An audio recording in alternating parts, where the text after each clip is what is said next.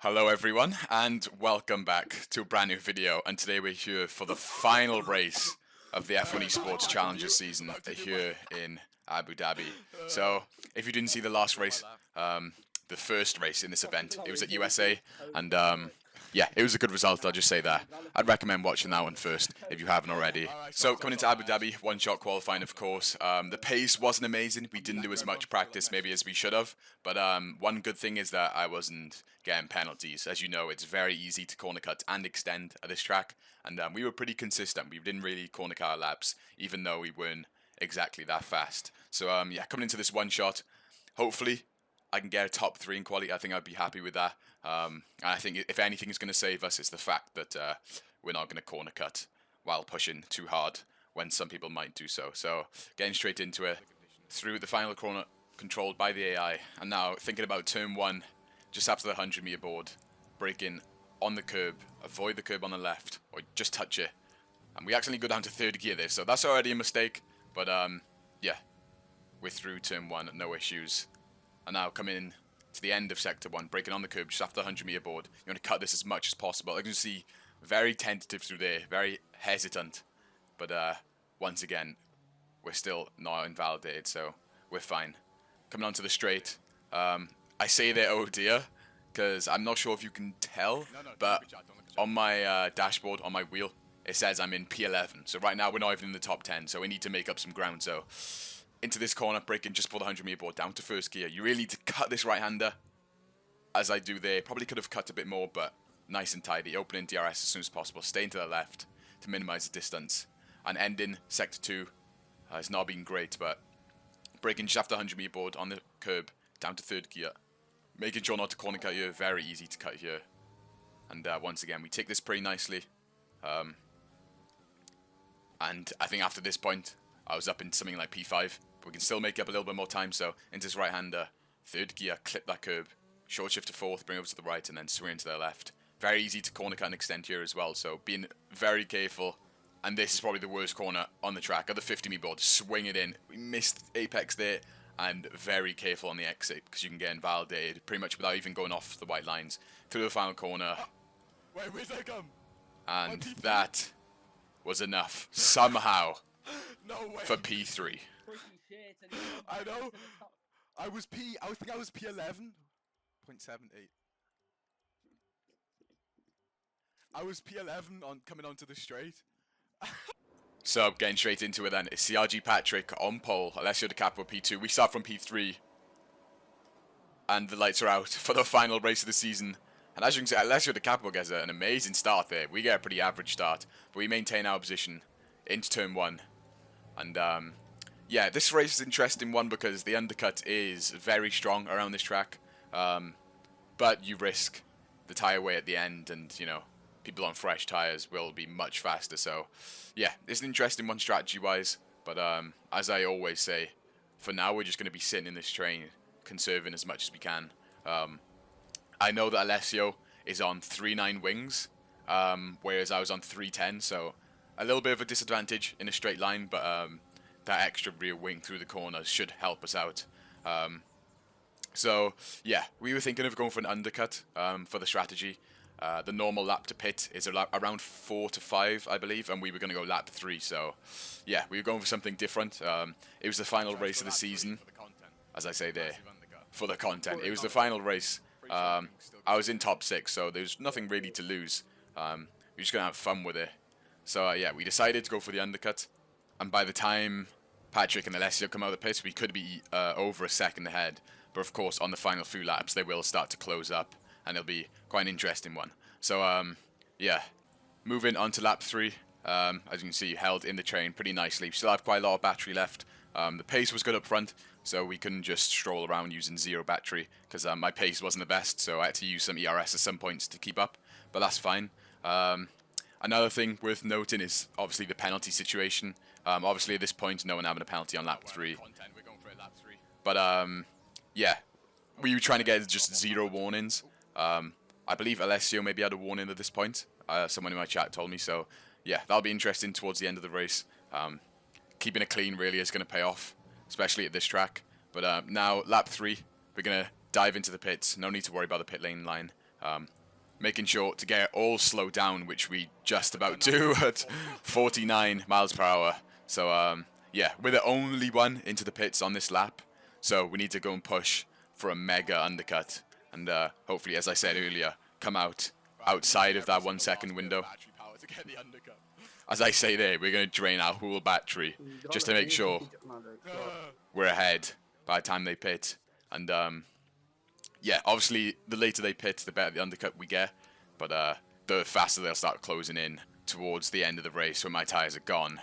So yeah, if they pit lap 4, we'll probably jump them, but most likely we'll not be out of the second window. If they go lap 5, then I think we can get out of that second window. So yeah, important laps for us now. We need to push, make no mistakes. As you can see, already draining a lot of my battery.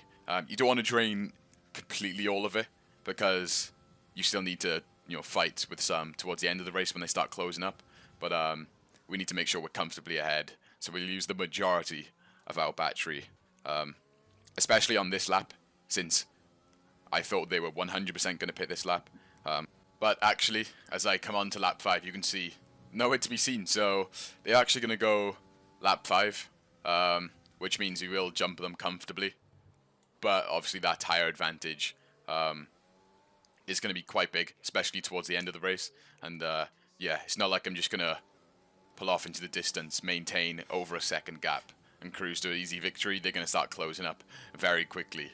So yeah, it's still important that we push, but as you can see, we only have 30% battery right now, and we do need to save some for later on in the race, so we can't afford to just be completely draining it.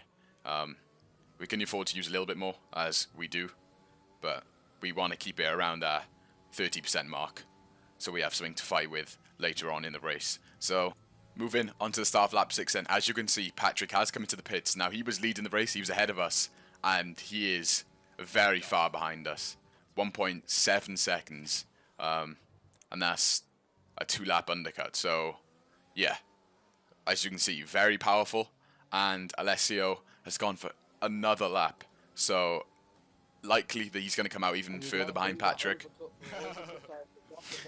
As my engineer says there, good undercut by us. Alessio probably going to come out a fair bit behind Patrick, but obviously with them fresher tyres, he's going to have no issue catching right back up, and yeah, it's going to be a very close one coming on to the end of this race. So as you can see, we have 20% battery right now, not looking great.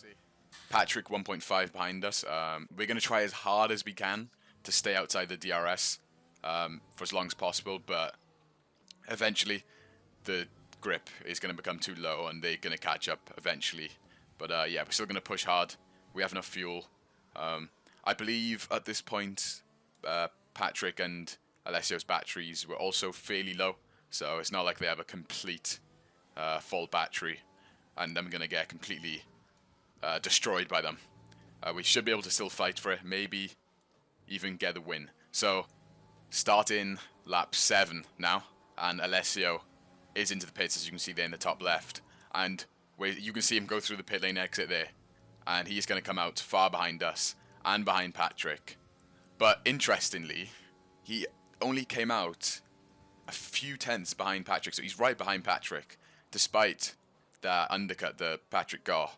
And yeah, the undercut's powerful, so that must have been a really good in-lap from Alessio. He must have used a bit of battery as well to have that pace. But now he's on 3-lap fresher tyres than me. So yeah, this is going to be an interesting one. And moving on all the way to lap 11, as you can see, Alessio did manage to catch up. And he's going for the move on lap 11. He's going to go down the inside. We try and defend, but we have nothing left to defend with. And yeah, making sure not to get overtaken by Patrick as well. We need to do our best to stay behind Patrick. And we were thinking of just letting him through because of the fresher tyres, let him fight with Alessio for the win. Because I don't think I would be able to. But we actually decide we're going to hold our position. He tries to send one up the inside, but we have the inside line for the next corner. And we maintain the position. And yeah, we want to stay in P2 just in case something happens to Alessio. So yeah, you'll see. As I say there, should we let him go? And my chat at this point was saying, no, keep him behind for the content. Alessio already has a 7/10 gap So as you can see, he's very fast through the corners, and he has that straight line speed advantage. So yeah, we'll do all we can to stay in the DRS and hope he gets a penalty.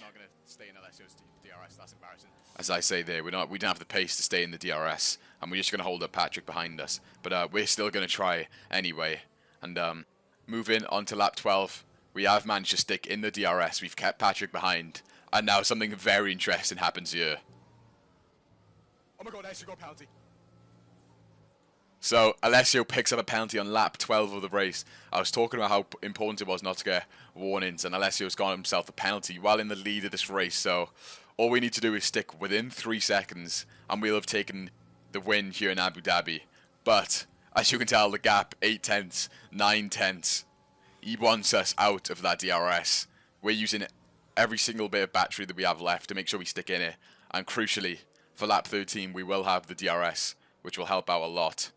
So yeah, instantly coming onto the straight, deploying every single bit of battery we have left. We just need to stick as close as possible. He tries to break the slipstream. I doubt there's probably even a slipstream at this point anyway. 9 tenths back. But you can tell he's desperate. He wants me out. He wants to get up 3 seconds. But I don't think it's going to be possible.